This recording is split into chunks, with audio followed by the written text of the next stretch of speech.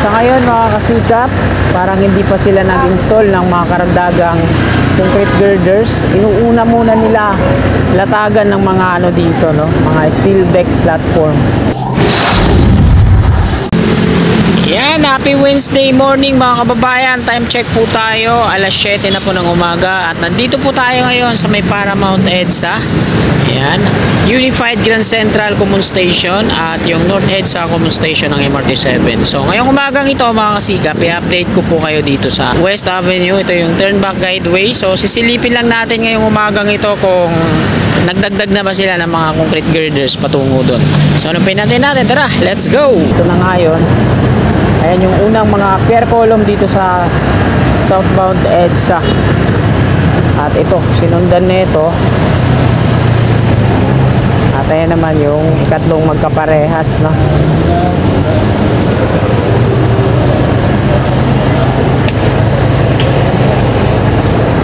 So, nandito na po tayo, mismong West Avenue. So sa ngayon mga kasikap, parang hindi pa sila nag-install ng mga karagdagang concrete girders. Inuuna muna nila latagan ng mga ano dito, no? Mga steel deck platform. Ayan.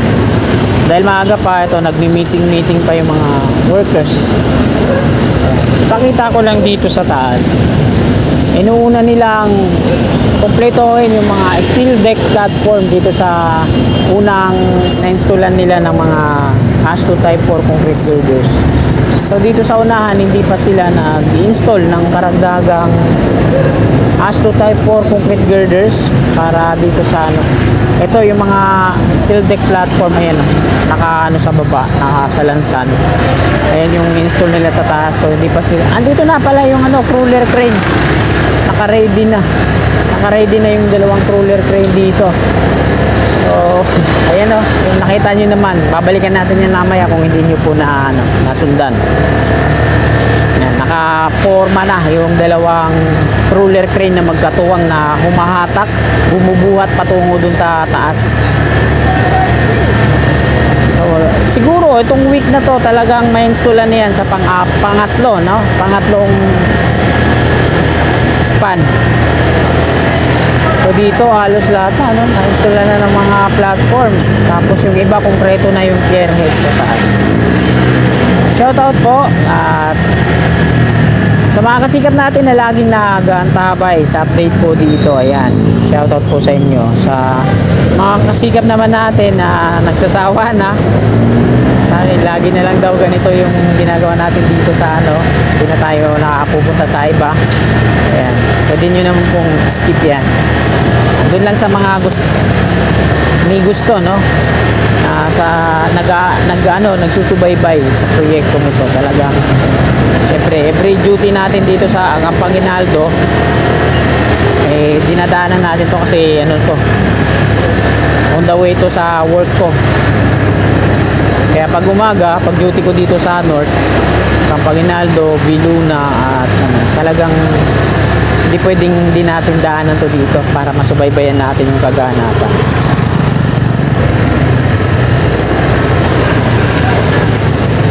Dahil ito na nga mga kasigap, yung status niya ngayon dito, eh di natin kakaligtaan yan, tapusin hanggang dun sa dulo at bumalik ulit ang EDSA. Every other day lang naman to dito, no? Tayo na nag-update.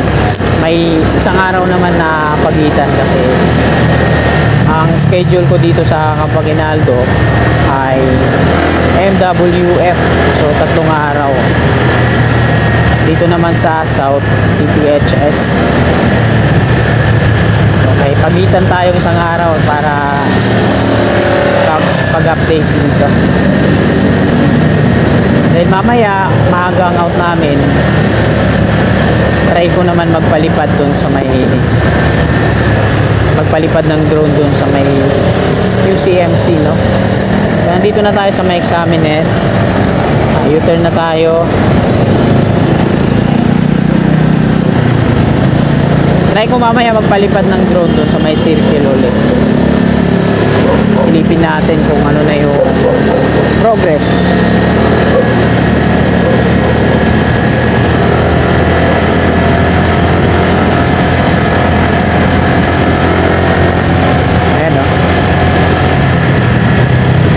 2026 mga kasigap ay magkakaroon na daw ng ano, partial operation batay sa article na nabasa ko dito sa Google. Sa ibang bahagi ng stasyon, kagaya dun sa May Batasan, nag-ano na sila, nag-test run. Kung may mga kasigap tayo na nagkomento, bakit daw tulak-tulak pa rin yung tren at bakit wala pa ang wala pang mga kable ng kuryente sa taas. Ang sagot naman ng iba nating mga kasikap na nagkomento din yung mismong kable daw na kuryente nanggagaling na dito sa baba, wala sa taas. Kaya kung mapapansin natin na wala daw mga sa rail track niya, wala tayong nakikita mga kable na nakahanger sa taas. Nandito daw po sa may relays na mismo. So, hindi ko masasabi o sasangayunan yung ganun kasi hindi ko nakita. Syempre mahirap naman magbahagi ng fake news or kung hindi naman ako sigurado, mga ganyan. Mababash tayo pag gano'n. Sasabihin ko sa inyo yan kung mismong aktual na nakita ko.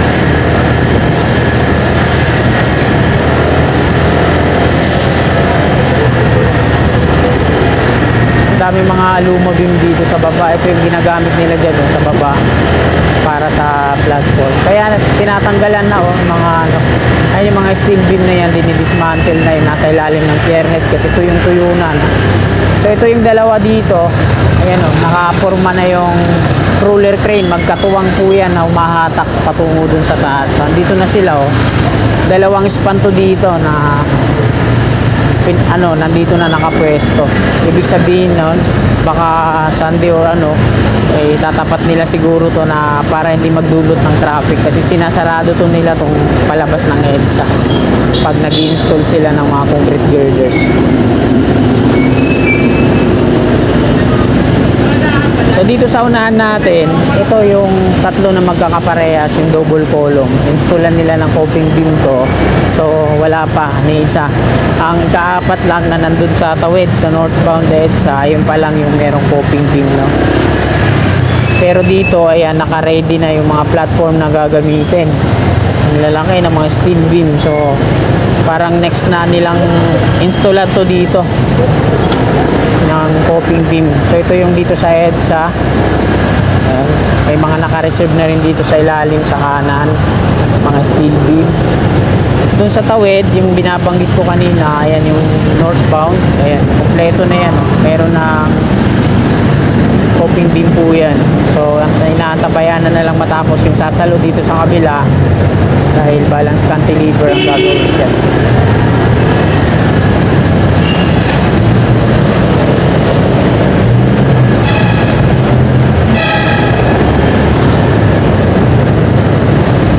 Ayan mga kasikap, nandito na po tayo sa may Unified Grand Central Common Station. At wala pa rin akong napapansin na gumagawa dito.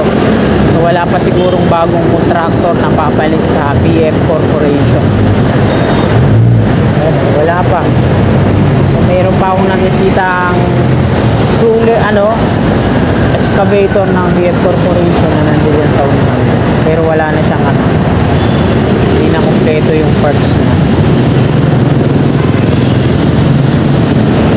Ayan mga kasikap, hanggang dito na lang po itong update natin ngayong umagang ito, araw po ng Miyerkules, ika-30 ng Abril taong 2025. Katapusan po ngayon at bukas ay walang pasok, holiday dahil Labor Day. So shout out sa mga kasikap natin. Ayan, marami na namang magrarally bukas. So hanggang dito na lang, magandang umaga po sa lahat. God bless.